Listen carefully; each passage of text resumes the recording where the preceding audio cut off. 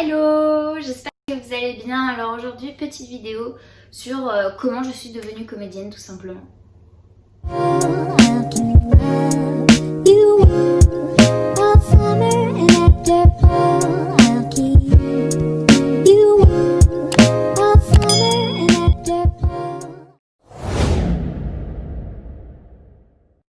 Comment je suis devenue comédienne, c'est une bonne question parce que c'est un pur hasard entre guillemets. À la base, moi quand j'étais petite, je voulais être institutrice, donc rien à voir du tout. Mes parents avaient l'habitude d'aller dans un camping, donc ils partaient en vacances avec moi.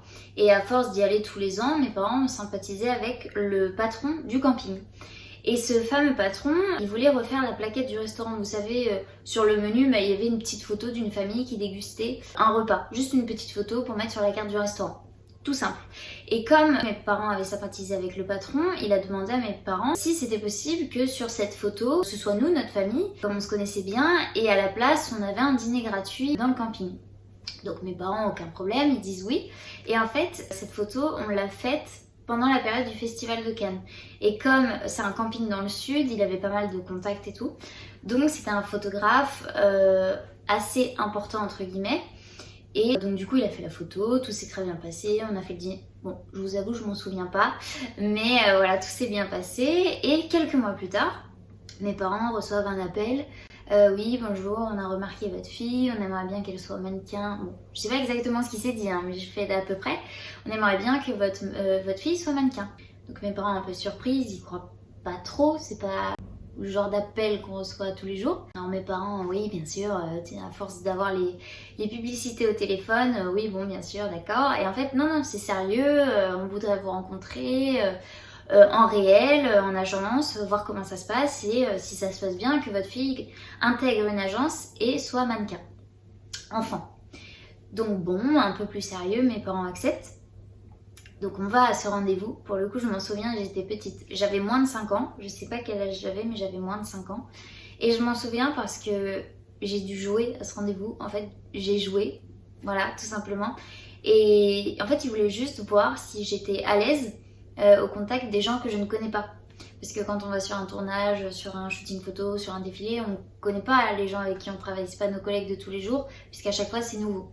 Donc en fait, ils voulaient juste voir si déjà quand j'étais petite, j'arrivais à être sociable avec les gens que je ne connaissais pas. Donc ça s'est très bien passé, j'ai intégré l'agence et je suis devenue mannequin enfant.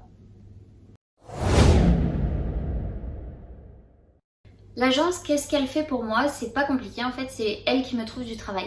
Donc en fait, moi je fais des photos que je leur envoie. Donc il y a des photos de moi, mon âge, ma taille, plein d'informations sur le site internet. Et les gens qui recherchent, les entreprises qui recherchent des comédiens, des mannequins et tout, ils vont sur le site, ils font un peu entre guillemets leur shopping, ils regardent pour trouver la bonne personne, la bonne comédienne, la bonne mannequin sur le site. S'ils cherchent une brune, bah ils cliquent pas sur moi parce que je correspond pas. S'ils cherchent une métisse, ils cliquent pas sur moi parce que je correspond pas. Ou alors s'ils cherchent une fille entre 16 et 20 ans, ils peuvent cliquer sur mon profil parce que je les intéresse ou non.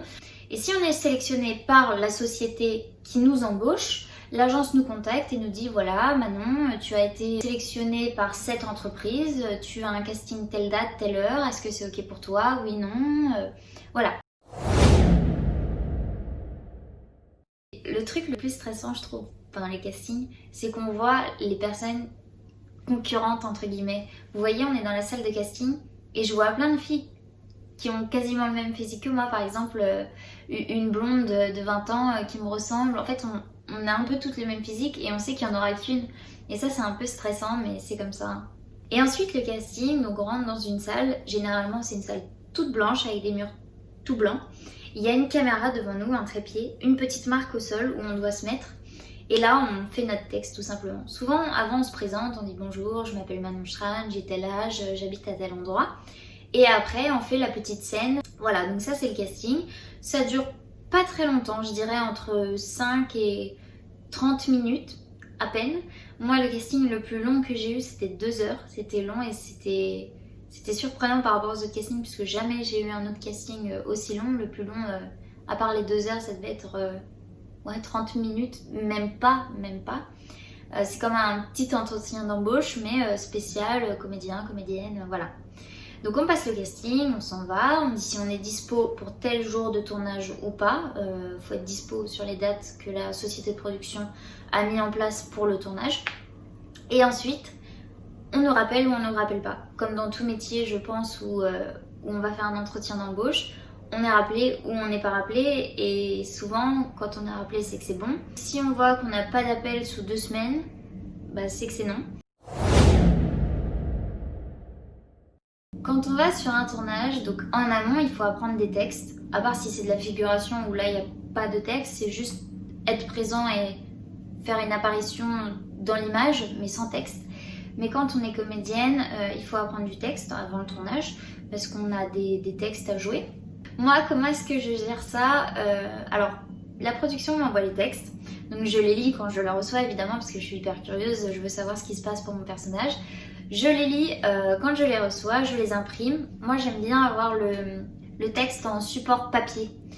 C'est plus facile, je trouve, que sur numérique.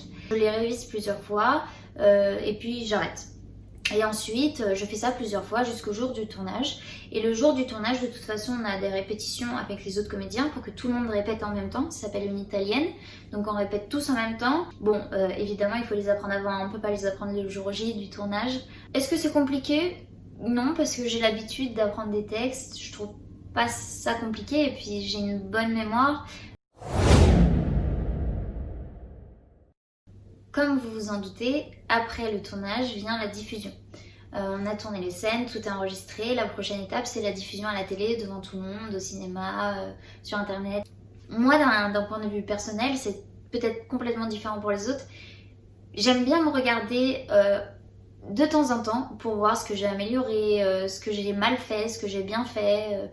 C'est voir si mon travail fonctionne, voir les rendus. C'est tout simplement voir le rendu de mon travail, si ça a fonctionné, ce que j'en pense. Donc parfois je me regarde, mais je me regarde pas sans arrêt parce que après je trouve qu'on s'autocritique beaucoup.